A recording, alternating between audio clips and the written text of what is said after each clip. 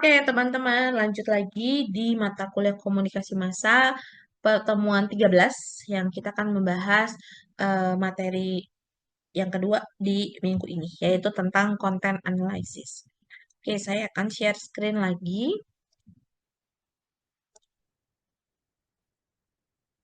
Oke, kita akan lanjut membahas mengenai content analysis. Kenapa sih kita mesti melakukan analisis konten? Oke. Analisis isi ini penting banget karena kita sebagai peneliti di bidang komunikasi gitu ya teman-teman juga adalah orang-orang yang berkecimpung di bidang komunikasi. Kita harus ngecek bagaimana pesan disusun dan disampaikan kepada audiens. Kita harus bisa melihat nih, mencoba melihat apakah media massa menyampaikan pesan dengan baik dan sesuai gitu dengan kaidah yang seharusnya kepada masyarakat. Kenapa? Karena media massa itu punya pengaruh yang besar dalam membentuk persepsi, sikap, dan tindakan di masyarakat. Jadi nanti dari media gitu ya menghasilkan sebuah komunikasi yang di dalamnya ada pesan, baik itu verbal dan non-verbal, di mana pesan ini punya makna pesan yang kemudian makna tersebut yang akan kita analisis. Kenapa sih analisis konten? Jadi sekarang terutama nih kita bisa lihat bahwa di era media lama kita punya media lama, media baru. Media lama fokusnya pada media cetak. Contohnya kalau di media cetak yang dulu tuh mengukur ruang isu tertentu di surat kabar. Jadi kalau di surat kabar itu kan ada hitungan kolom dan juga baris gitu ya. Berapa kolom nih misalnya berita tentang perempuan selama 1 minggu ini gitu kan. Dan berapa baris kalau dibandingkan dengan berita laki-laki berapa banyak. Nah, itu yang bisa kita lakukan. Jadi kita mau lihat nih hmm, ruang isunya lebih banyak yang mana antara laki-laki dan perempuan kalau mau yang sederhana. Terus misalnya antara berita tentang kerusakan lingkungan sama perkembangan hmm, misalnya perkembangan fasilitas itu mana yang lebih banyak dibicarakan gitu ya. Nah, kalau sekarang di medianya media baru lebih banyak nih yang diteliti, baik itu situs web, aplikasi media sosial gitu ya, platformnya lebih banyak. Terus contohnya apa? Pola penyajian atau pengemasan pesan. Gimana nih satu konten-konten di Instagramnya pemerintah misalnya dalam mengemas pesan terkait apa? Misalnya kan sekarang Indonesia udah punya Instagram sendiri, oke. Misalnya pengemasan pesan di Instagramnya negara Indonesia gitu ya, Republik Indonesia terkait eh, isu pendidikan itu bagaimana? Nah, itu yang biasanya dilakukan. Oke. Nah, kita sebagai peneliti ataupun pengamat media, kita bisa lihat nih dari pesan-pesan yang diproduksi ini, kita bisa lihat dan kita bisa gali kondisi di balik pembuatannya itu seperti apa. Nah, kita kemudian akan melihat nih ideologinya, kebijakan, trennya dengan lihat analisis elemen-elemennya. Seperti misalnya gaya bahasa, temanya, cara penyajian, atau perspektif yang ditampilkan. Contoh nih, misalnya, untuk memastikan minimnya penyajian kelompok minoritas di media massa, kita sebagai peneliti bisa menguji dengan cara operasionalisasi konsep eh, untuk melihat seberapa sering dan dalam konteks apa kelompok minoritas itu muncul pada berita. Misalnya, oh kita mau lihat nih teman-teman kelompok minoritas munculnya berita apa aja, apakah di berita politik ada, apakah di berita eh, kriminalitas ada, apakah di olahraga ada, atau dia hanya fokus sama berita-berita kriminal aja, misalnya. Nah, itu yang bisa kita lihat gitu ya, kita analisis. Kemudian yang kita bisa lakukan juga, kita melihat pesan media apa nih? Apakah ini hanya sebuah opini, apakah hiburan, atau ini iklan? Kemudian pesannya itu memuat isu tertentu enggak? Ada ideologi tertentu enggak? Itu yang penting untuk kita tahu. Subjek dan objeknya. Ingat, subjek pesan adalah penyampai pesan, objek pesan adalah siapa atau apa yang dibahas dalam pesannya. Jadi misalnya, oh penyampai pesannya adalah Kompas atau penyampai pesannya adalah Republika, Liputan 6 dan lain sebagainya. Lalu apa nih dan siapa yang dibahas? Apakah misalnya membahas tentang tokoh politik tertentu, artis tertentu, atau mungkin pesan tertentu yang mau disampaikan? Oke. Kemudian, kapan pesan media mau disampaikan? Misalnya, waktu penyampaiannya relevan nggak dengan konteks tertentu, waktu tertentu. Oke, karena waktu untuk menganalisis topik itu akan berubah dari waktu ke waktu. Di mana ini akan disampaikan? Platformnya seperti apa? Karena ingat, tiap platform punya karakteristik dan audiens yang beda-beda. Di mana ini juga bisa mengacu pada konteks geografis ya. Lalu, kenapa pesan yang disampaikan? Apakah ini punya tujuan informatif, persuasif, atau hanya untuk hiburan? Oke. Dan bagaimana pesannya disampaikan? Gayanya seperti apa? Strukturnya, tekniknya, terus bentuknya apakah dia hanya narasi, apakah gambar visual, ada data, ada opini, dan lain sebagainya. Oke. Nah, penyampaian pesan ini tergantung nanti pada efek yang diinginkan, karena beda cara penyampaian, beda juga efek yang akan didapatkan gitu ya. Apakah audiensnya akan memahami atau meresponsnya seperti apa. Nah, ini beberapa contoh dari konten analisis untuk media massa. Pertama, misalnya liputan rasial dalam pandemi COVID-19. Ini merupakan analisis sisi kuantitatif untuk membandingkan liputan COVID-19 di media umum dan di media komunitas yang fokus pada komunitas kulit hitam di Amerika Serikat. Hasilnya apa? Oh, ternyata media umum lebih banyak menggunakan frame tanggung jawab sosial. Misalnya, oh ini karena ketidaksetaraan sistemik sehingga komunitas kulit hitam itu misalnya tidak mendapatkan eh, pelayanan kesehatan yang sama misalnya. Tapi kalau media komunitas kulit hitam misalnya lebih sering menggunakan frame solusi. Misalnya, oke, gimana caranya supaya kita eh, selamat gitu ya. Bagaimana caranya kita supaya bisa mendapatkan tes kesehatan yang baik gitu. Nah, analisis sisi ini menunjukkan ternyata media tuh bisa loh membentuk persepsi sosial dan menciptakan narasi yang beda-beda terhadap isu yang penting. Bahkan media bisa mendorong perubahan. Udahlah, kita nggak usah ngomongin soal ketidaksetaraan. Yang penting gimana nih cara kamu supaya tetap selamat terhindar dari COVID-19 dan kalau mau mendapatkan tes kesehatan yang baik itu kemana? Itu yang diangkat sama komunitas kulit hitam.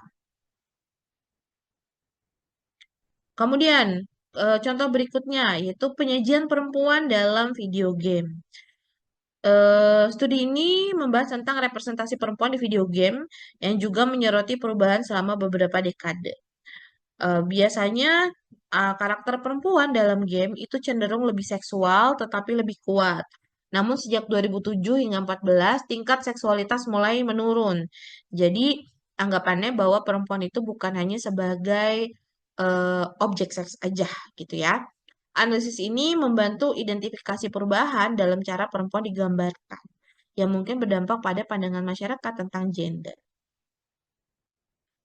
Nah, contohnya, contoh tujuannya apa sih ketika kita melakukan riset analisis konten gitu ya?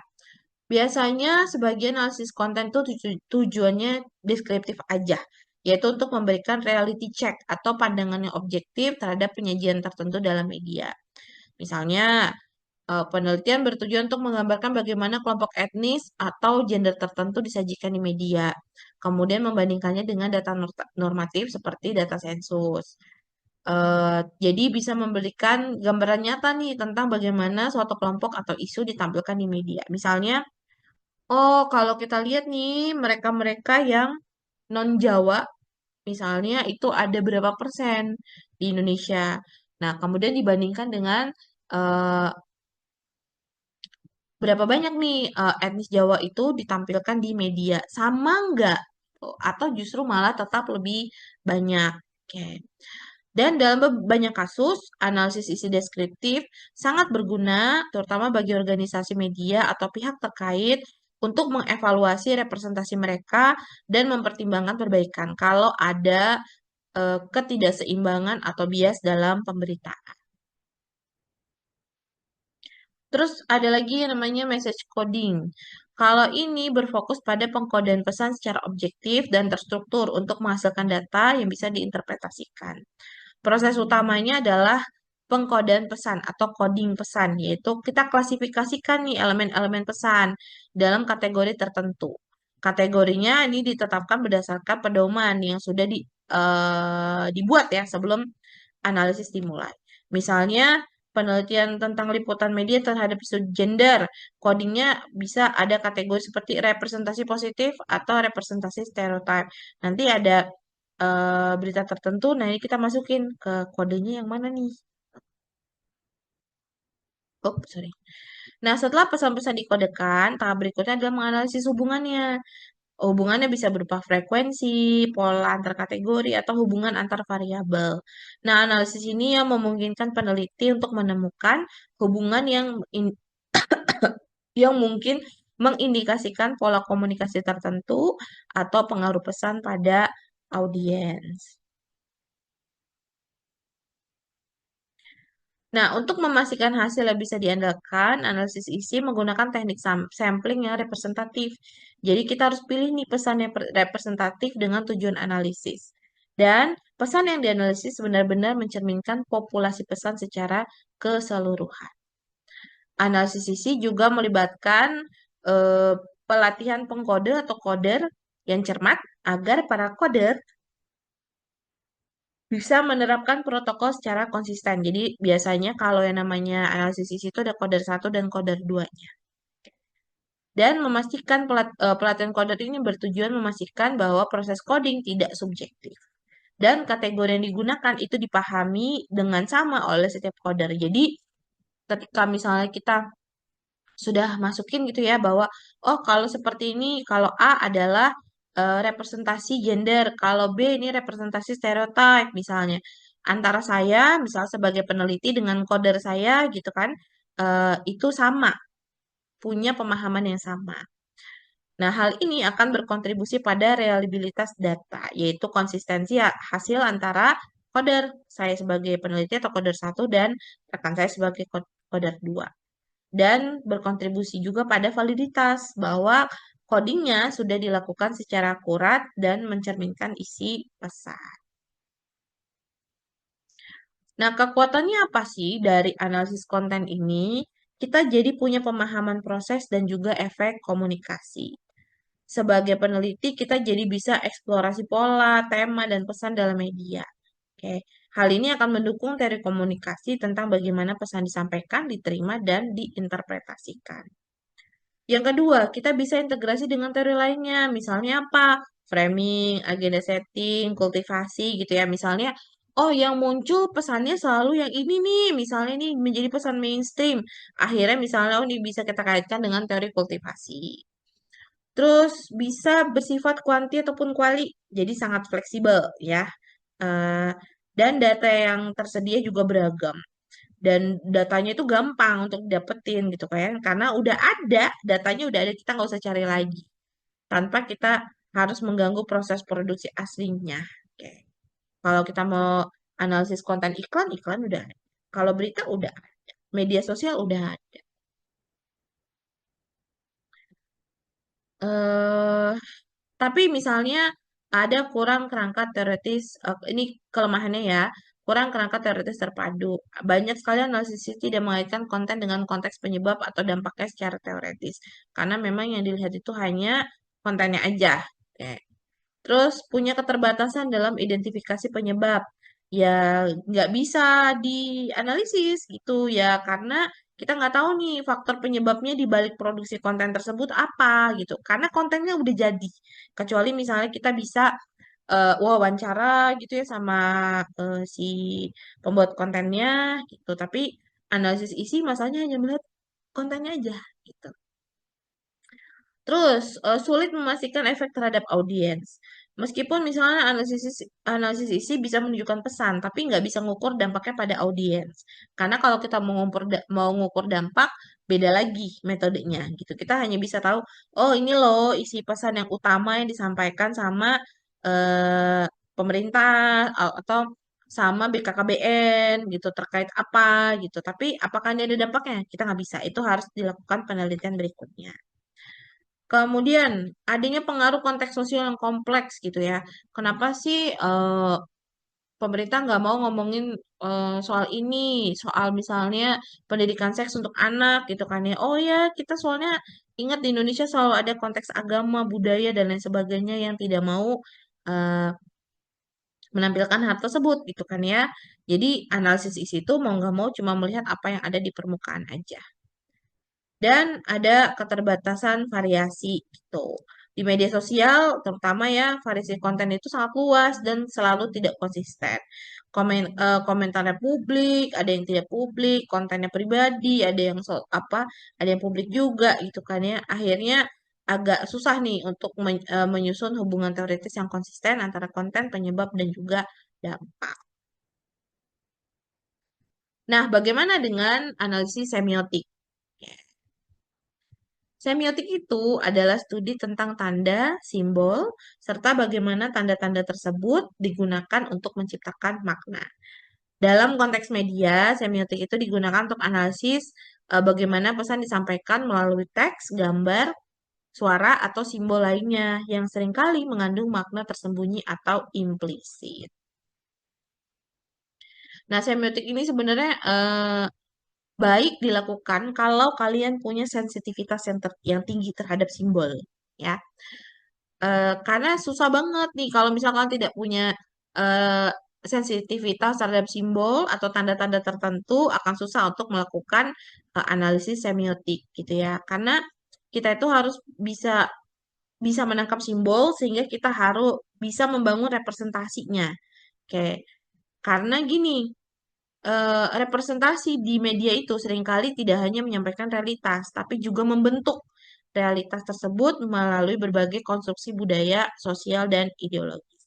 Contoh, iklan misalnya mungkin merepresentasikan perempuan sebagai simbol kecantikan atau keluarga sebagai unit yang harmonis gitu. Tetapi representasi ini dipengaruhi oleh nilai-nilai budaya tertentu. Beda budaya, beda latar belakang, beda juga. Misalnya representasi cantiknya akan beda. Beberapa elemen dalam analisis semiotik itu tanda, denotasi konotasi, dan juga mitos. Ini kalau pakai Roland Barthes ya. Tapi yang biasanya ada adalah tanda serta denotasi konotasi. Tanda ini terdiri dari dua, yaitu signifier dan signified. Signifier itu apa? Fisik tandanya, gambarnya, teksnya.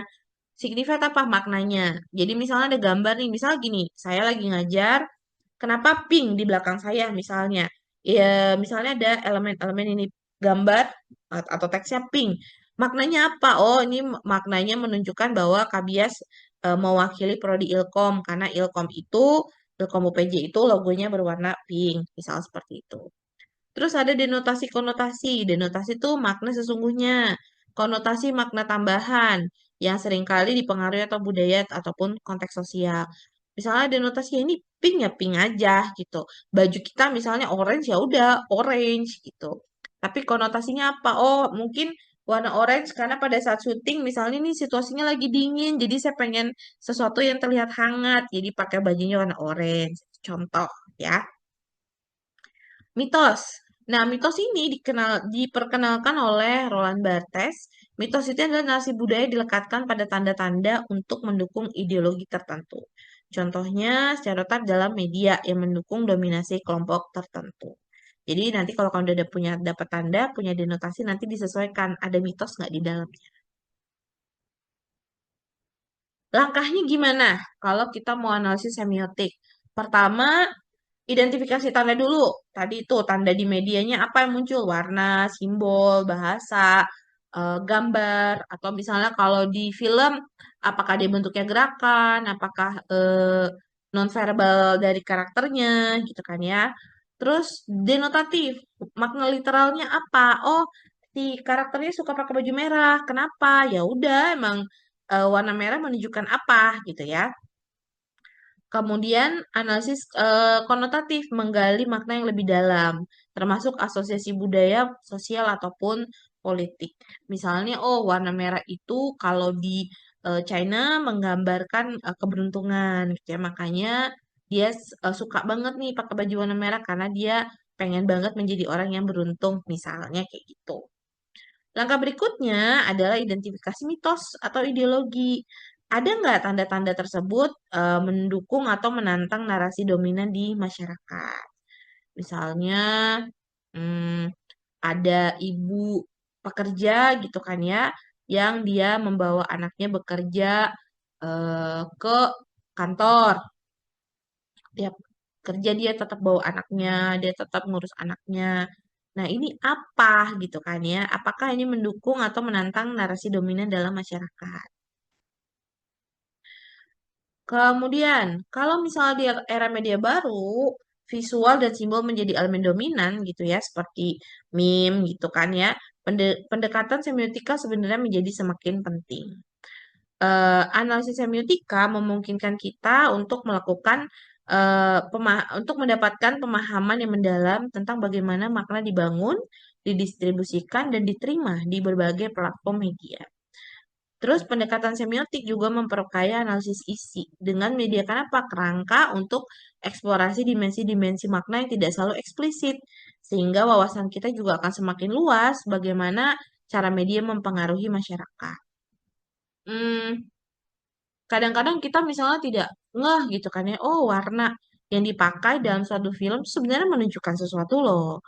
Oh, eh, bahasa nonverbal seseorang gitu kan, itu juga sebenarnya menunjukkan sesuatu loh.